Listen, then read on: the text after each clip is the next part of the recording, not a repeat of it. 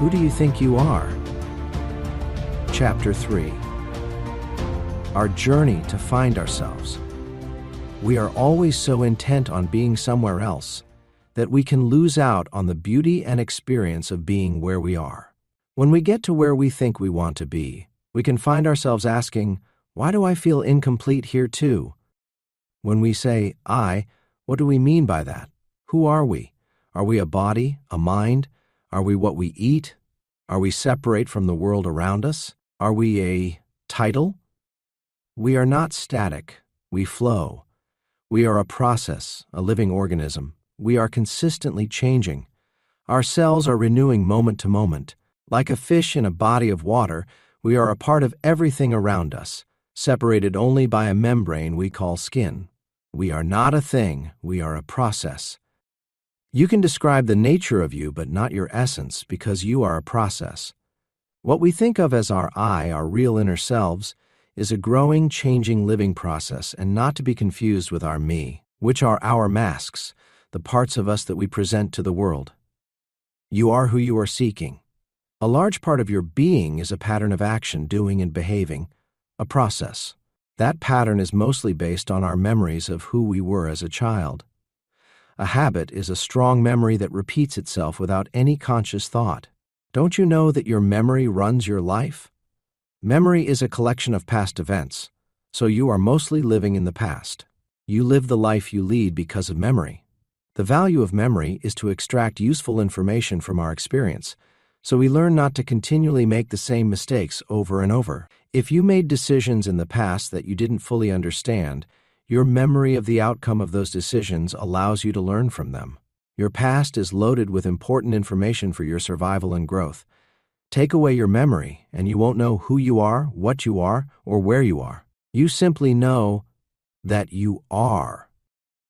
Living in the here and now can mean challenging some of your memories, which in turn can challenge your very existence. You can certainly help this process by changing your perspective on your past lessons, and you can do that by applying the understanding and wisdom you gleaned from those lessons to your life going forward. The problem is, the people you associate with and the environments you spend your time in also have memories of who you are, and they resist you changing your view of yourself. You may need to limit your time where possible with those people and environments, at least until you have established a clear image of who you are. New associations and environments allow you to express the new side of you, and this will really encourage you and reinforce your new image of yourself. Being yourself is an art, and not about following ready-made recipes. Each of us must discover our own path because our stories, temperaments, and circumstances are different to others. We are unique. So start with a clear image of the real you, your I. What makes you different to other people around you? What is your character? What are your values and beliefs? What are your key interests and pursuits? What are your key attributes? You take these into every encounter and circumstance with you. What are your natural gifts and talents? What things catch your attention? What would you love to do every day, even if you didn't get paid to do it? What life do you dream of? What are your unique views on life? What has meaning for you? What is your life mission? Getting to know yourself is a positive journey of discovery. Your potential and abilities are like gifts beautifully wrapped inside you. Imagine the feeling of unpacking a gift and waiting to see what's inside. Approach this venture with wonder, enthusiasm, and excitement. Like any gift, what we find inside can be surprising and unexpected. It is a real encounter with yourself. What you are unwrapping is actually your future. Recognize and acknowledge your potential and abilities. However, also identify the pieces of your current life that you want to chip away. Over time, this will reveal the real you on the inside. That is really exciting. Think of it like a mason who is making a statue from a block of marble. To reveal the figure inside the stone, he doesn't add anything to it. He chips away the pieces that don't belong to his image of that statue. As you realize the masks you have been wearing and chip them away, you will discover that at least some of the things, people, and actions that were associated with those masks fall also. That process is not always easy, as some of those things, people, or actions we might want to keep. We can keep them, however, we need to redefine them and our relationship to them. They now need to be understood from the perspective of our I, our journey, our destiny. Sometimes, as we feel an inner urge to uncover our real selves, we think, what's the point? I won't be acceptable to the people around me if they see the real me. We are unsure of our ability to love and to be loved. We judge our perceived weaknesses against what we see as the strengths in others and feel less because of it, without realizing that the strengths we perceive in others are often the masks that they are wearing. Do we need to be loved by someone else before we can love ourselves? Do we need someone else to tell us we're great before we can believe it of ourselves? Do we measure our value from the feedback we get from the world around us, other people's opinions of us? Do we think that they know the real us better than we know ourselves, and so their opinion is more valid than our own? This way of viewing ourselves often brings with it the potential of depression, low self-esteem, low self-confidence, the feelings of unworthiness, and a sense of being unlovable, which can ultimately lead to a place of, I don't know who I am, and what's the point of it all anyway? So we look at other people's lives, and we judge them to be worse than ours so we can feel better about ourselves. Unfortunately, not only are we missing out on a life of meaning and purpose, but the world is also missing out on our unique contribution to it. We are all valuable and have an important part to play in the whole. Many people are familiar with presenting a certain face to the world. In fact, if we're honest, we all do it. During the course of any day, we use a selection of masks as a social disguise to help get us through the many different situations we meet. It seems like it is part of our human nature to create a persona, a mask that hides our real selves. Why do we feel the need to do that?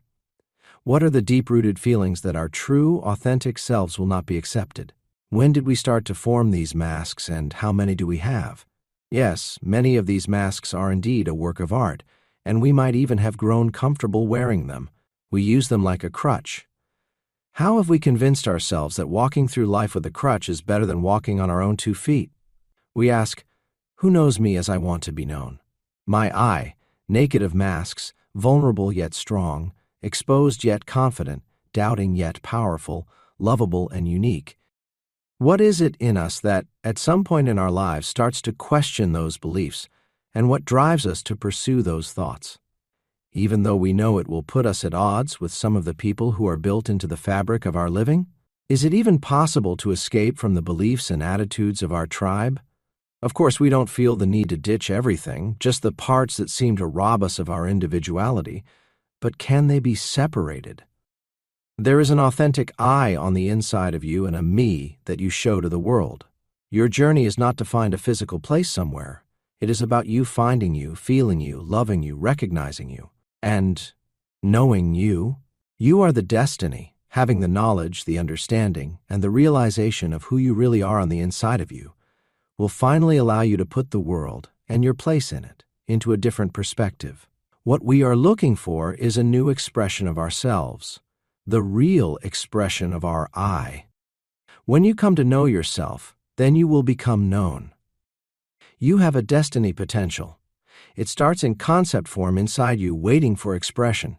It is inbuilt, like your personality traits, natural abilities, your likes and dislikes, and influenced by your DNA, parents, socioeconomic status, education, religious influences, skin color, health, gender, and childhood traumas. Your destiny is not a place. The journey is to uncover you, the person. Why are you different to those people around you, even the ones you have lived with from the start? Where do those inbuilt qualities and attributes come from? It could be from a long line of DNA in your family. It could be God in whatever manifestation you believe in. It could be the position of the stars when you were born, or it could be a universal lottery of chance. Does it matter? In the context of becoming the best version of yourself, maybe not. You have gifts and talents inside you that you need to discover and develop, and also the tools you need to uncover them. As you uncover them, you will recognize your rightful place in the world, a place where you will be accepted and approved, even celebrated. Life will test you in the places you need to grow. Rise up to the challenge. Their purpose is to give you an opportunity to learn and grow. Sometimes it can be good to have someone walk part of that road with you to encourage you to keep going and cheer you on. When you find someone who you can fully trust with your I, someone who allows you to express your inner feelings in a safe environment and understands that you feel very vulnerable when you expose that hidden part of yourself, someone who will listen to you and allow you to explore your I without fear of judgment, ridicule, or shame, then you can start the healing that brings peace and freedom to your life. Unconditional positive regard, which we will look closely at in a later chapter, is a powerful tool to achieve that. When we start out on this journey, we may realize that we have covered over our true inner selves so well that we are not quite sure about who we actually are. Let's take a look at that next. Quote, "You don't have to save me. You just have to hold my hand while I save myself." Sometimes all a person needs is your support and your belief in them.